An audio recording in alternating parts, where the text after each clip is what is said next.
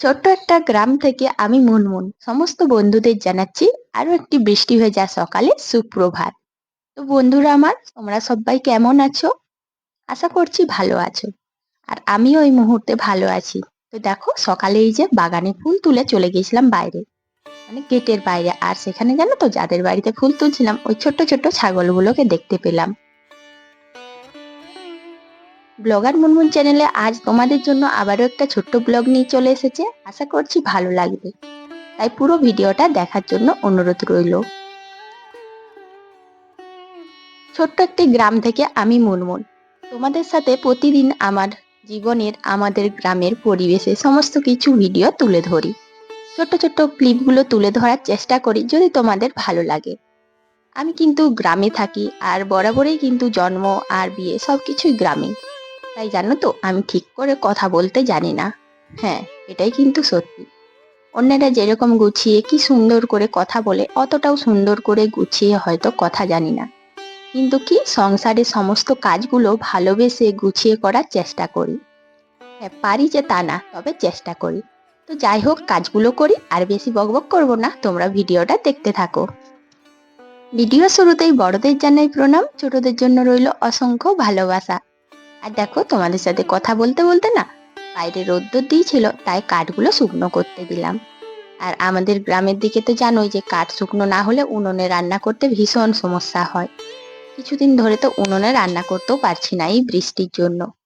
তো দেখো, উনুনে রান্না করব বলে কাঠগুলো রোদে শুকনো করতে দিয়েছি।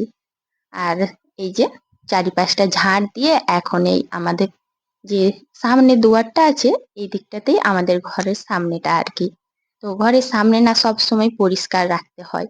আর সেই জন্য যখনই আমি ঝাড় দিই, এই যে এখন ঝাড় দিচ্ছি, তো ঝাড় দেওয়ার জন্য না সামনেটা ভালো করে ঝেড়ে দিলাম। প্রতিদিন যদি এই ঝাঁটাই করে একটু দেওয়ালের সামনেগুলো, টিনগুলো ভালো করে একটু ঝেড়ে দিই, তাহলে আর ঝুল ময়লা এগুলো সামনে থাকবে না। ঘরবাড়ি যেমনই হোক না, একটু পরিষ্কার পরিচ্ছন্ন দরকারি। আর প্রতিদিন পরিষ্কার পরিচ্ছন্ন করতে না পারলেও আমাদের কিন্তু মেন দরজা যেখানটায় আমরা সামনে দুয়ারে উঠবো, ঘরের মধ্যে প্রবেশ করব, সেই জায়গাটা অবশ্যই পরিষ্কার দরকার। তো সেই জন্য একটু না ঝাড় দেওয়ার সময় ভালো করে পরিষ্কার করে নিলাম। কলপাড়ের কাজগুলো করে নেওয়ার পর কলপাড়টাও ভালো করে পরিষ্কার করে ঝাড় দিয়ে দিতে হয়।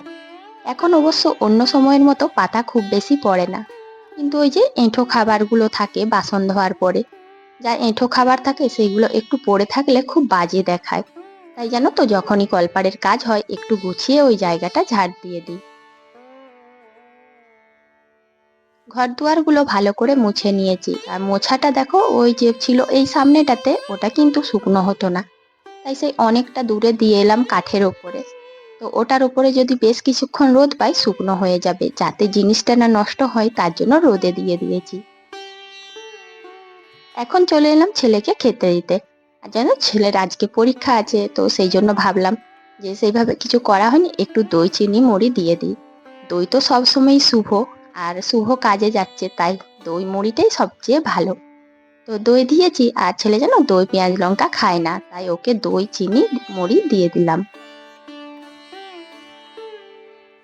কালকে বাগানে কয়েকটা পেয়ারা এনেছিলাম, সেই পেয়ারাগুলো পাড়াতে অনেককে দিয়ে দিয়েছি। যারা ছোট ছোট বাচ্চা ছিল, বিকেলে আসে না, তাদেরকে দিয়ে দিই। আর ওদেরকে গাছে উঠতে দিইনি, কারণ ডাল ভেঙে দেবে। আর এই যে পেয়ারাগুলো আমাদের বাড়ির জন্য নিয়ে এলাম।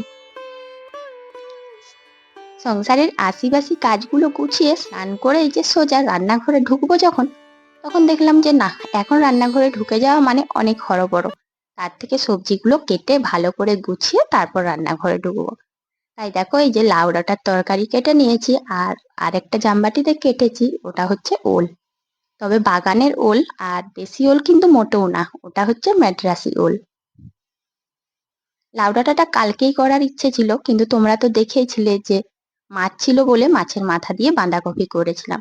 আর লাউ ডাঁটা জিনিস বা যে কোনো ডাঁটা জানো তো অনেকটাই শুকিয়ে যায়, বিশেষ করে লাউ ডাঁটা, কুমড়ো ডাঁটা। তাই ভাবলাম আজকে কিন্তু আর এটা রাখা যাবে না। তো সেই জন্যই দেখো, লাউ ডাঁটার তরকারি বসিয়ে দিচ্ছি। আর জানো, পাতাগুলো ভেবেছিলাম যে ভাজা করব, কিন্তু পাতাগুলো না ভালো ছিল না, তাই ওগুলো ফেলে দিতে হলো।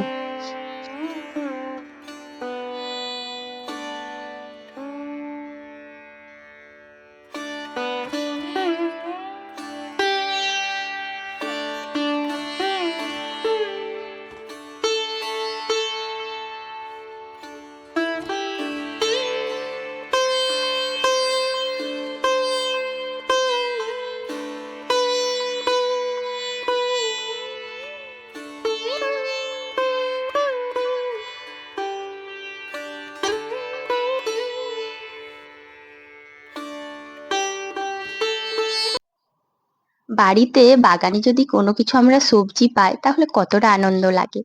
আর বিশেষ করে যখন ১ম কোনো সবজি তুলি। তো এই সিজনে জানো তো ওলটা খেতে খুবই ভালো লাগে। আর কালকে একটা ওল তোমাদের দাদাভাই নিয়ে এসেছিল। বাগান থেকে এনেছিল, অনেক ছোট্ট ছিল। যতটুকু ছিল সেইটাই কেটে দিয়েছি। যদিও এখনো ওলগুলো হয়নি। তাই একটা নিয়ে এসেছিল, খাবার ইচ্ছে ছিল। সেজন্য দেখো এখন ভাজবো বলে এই যে লবণ আর হলুদ মাখিয়ে নিচ্ছি। আর জানো, আমাদের এখানে মানে আমার শ্বশুর বাড়িতে ওল ভাজাটা একটু বেশি পছন্দ করে সবাই। তবে দেশি ওলটা কেউই খেতে পছন্দ করি না। আর এই মেট্রাসি ওলটা এটাই খেতে ভালো লাগে আর ভাজা খায়। অনেকে কিন্তু এই ওল ভাজা খায় না, ওলের তরকারি খায়। আর আমিও এরকম করব, ওল ভাজা, ওলের তরকারি বিভিন্ন রকম। তবে এখন তো ওলটা ওঠেনি, যখন খুব বেশি হবে বাগানে তখন সেইভাবে করব। আর প্রথম উঠেছে তো এখন সবারই খুব সুন্দর লাগছে খেতে, তাই ওটা ভাজা করে দেব। এদিকে ভাতটাও হয়ে এসেছে আর লাউ ডাঁটার তরকারিটাও হয়ে এসেছে। তো লাউ ডাঁটার তরকারিটা একটু ভালো করে না খুন্তি দিয়ে পেস্ট করে দিলাম। একটু সবজি যতগুলো থাকে, দেখবে একটা সবজির মধ্যে যখন আমরা রান্না করি একটু যদি খুন্তি বা হাতা দিয়ে দু একটা সবজি চটকে দিই, দেখবে সেটা গ্রেভিটা খুব সুন্দর দেখতে লাগে আর তরকারিটা যেন মাখো মাখো হয়ে ওঠে। তো আমি না যে তরকারিগুলো একটু বেশি যেন সোজাসুজি তাকিয়ে আছে এরকম মনে হয়, তখন সেইগুলো একটু চটকে দিই। দু একটা সবজি যদি আমরা থেতো করে দিই দেখতে খুব ভালো লাগে আর খেতেও কিন্তু ভালো লাগে। এই দেখো তোমাদের সাথে বকবক করতে করতে কিন্তু এদিকে আমার এই যে ওল ভাজাটা বসিয়ে দিচ্ছি। আর অনেকগুলোই ওল দিয়ে দিচ্ছি। আর জানো তো বন্ধুরা, এই ওল ভাজাতে কিন্তু একটুও তেল লাগে না। এটা একটা অদ্ভুত জিনিস। ওল ভাজা, খামালু ভাজা, এগুলোই তেল প্রথমে দিতে হয় ঠিকই, কিন্তু একটুও তেলটা ব্যবহার হয় না। মানে যেমন কড়াই দেবো সেইভাবেই রয়ে যায়।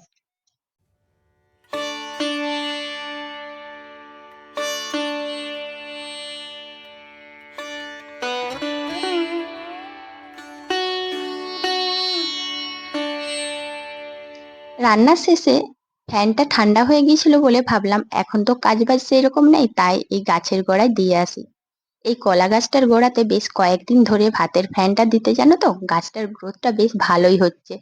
হয়তো খুব বেশি না, কিন্তু বুঝতে পারছি খুব ভালোই গ্রোথটা হচ্ছে। তারপরে ফ্যানটা দিয়ে এসে রুমের মধ্যে ঢুকলাম। প্রচন্ড গরম, কিন্তু এসে দেখি ছেলে পরীক্ষা দিতে গেছে আর তাড়াহুড়োয় দেখো বিছানার উপরে পড়েছিল জিনিসগুলো কিন্তু তুলেনি। যদিও যখনই পড়তে বসে তখনই বই তুলে দেয়, এটা অনেক কষ্টে অভ্যাসটা করিয়েছি। তবে ছোটবেলা থেকেই অভ্যেসটা রয়েছে। আর আজকে হয়তো পরীক্ষা দিতে যাওয়ার টেনশনে ভুলে গেছে। তো যাই হোক, এখন বিছানাটা ভালো করে গুছিয়ে নিই। এই বিছানা যদি এলোমেলো থাকে পুরো রুমটাই যেন তো সৌন্দর্যটা নষ্ট হয়ে যায়। একদম ভালো লাগে না বিছানা যদি আলগোছ হয়ে থাকে। তাই বিছানাটাও এখন ভালো করে গুছিয়ে নিচ্ছি। তো আমার মিষ্টি মিষ্টি বন্ধুরা, আজকের ব্লগটা তোমাদের কেমন লাগলো অবশ্যই কিন্তু জানাবে।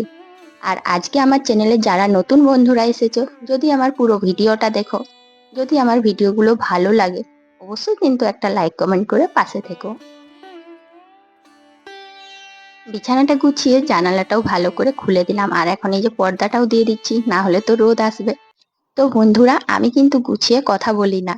আর আজকেও কিন্তু নিজের মতো করে তোমাদের সাথে গল্প করে ব্লগটা শেয়ার করলাম। আর আমার এই এলোমেলো কথাগুলো কেমন লাগে অবশ্যই কিন্তু জানাবে। আজ এখানেই শেষ করছি।